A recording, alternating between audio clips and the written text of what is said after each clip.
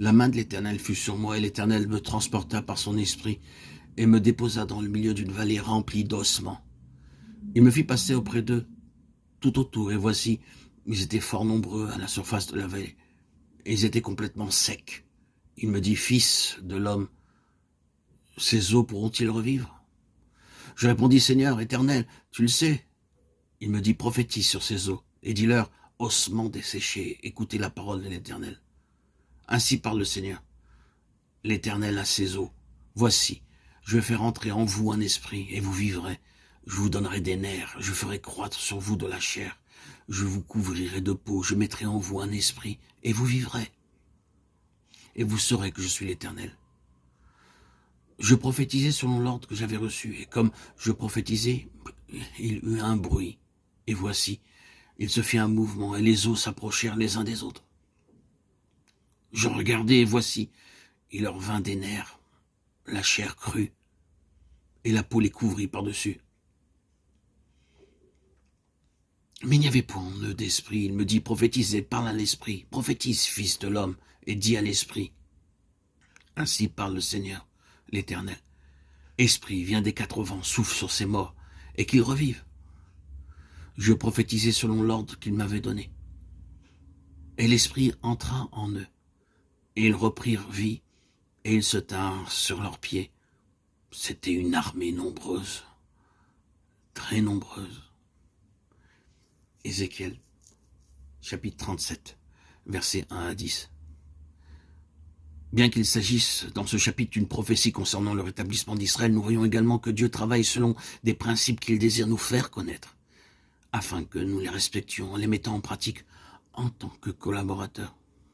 Ainsi, l'on ne peut forcer Dieu à faire ce qu'il n'a pas prévu dans son plan. Cependant, il est entravé si nous ne savons pas ce qu'il veut faire de nous.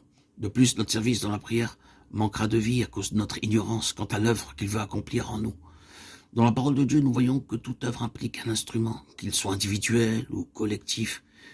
Et pour cet instrument, la révélation de sa mission, de la tâche pour laquelle il est appelé et désigné par Dieu. Concernant Moïse, maintenant, va, je t'enverrai auprès de Pharaon, et tu feras sortir d'Égypte mon peuple, les enfants d'Israël. Exode 3:10.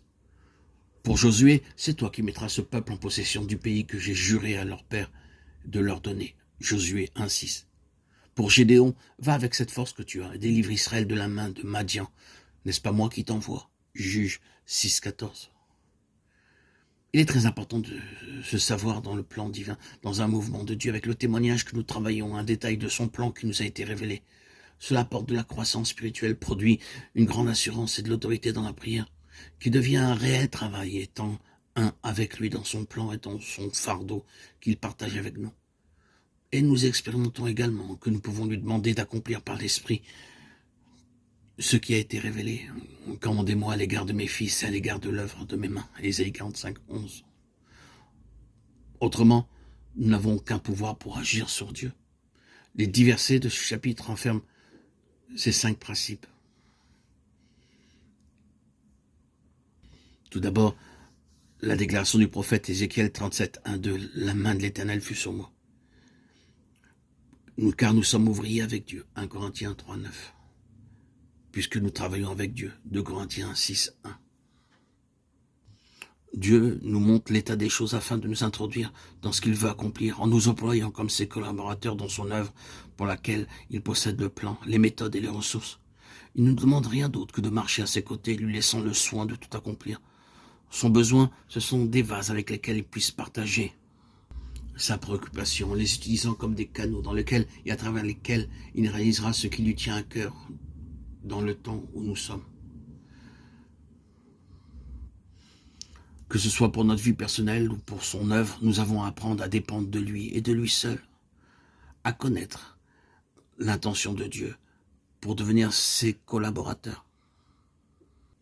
Car alors, si nous voyons quelle est l'intention de Dieu en ce qui nous concerne et la part qui nous est échue, cette œuvre que nous avons à faire sera assurément en droite ligne avec son grand dessein, c'est-à-dire non seulement des âmes sauvées, mais des âmes amenées à la pleine maturité en vue de former une famille de fils, une épouse pour Christ, la sainte cité de Christ.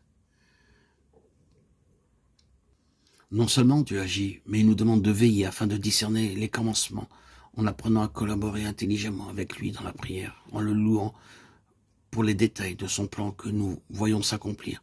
Ceci est important parce que le Saint-Esprit nous éclaire quant à l'apport des éléments nouveaux dans la prière. La prière doit suivre l'évolution du plan divin. Sans l'action de l'Esprit, notre travail restera stérile. C'est lui, le Saint-Esprit, le grand constructeur de l'œuvre de Dieu. Ainsi, quoique la vision communiquée par le Seigneur à Ézéchiel montrait un état quasiment impossible, un état de mort absolue, son intention demeure la restauration spirituelle de son peuple.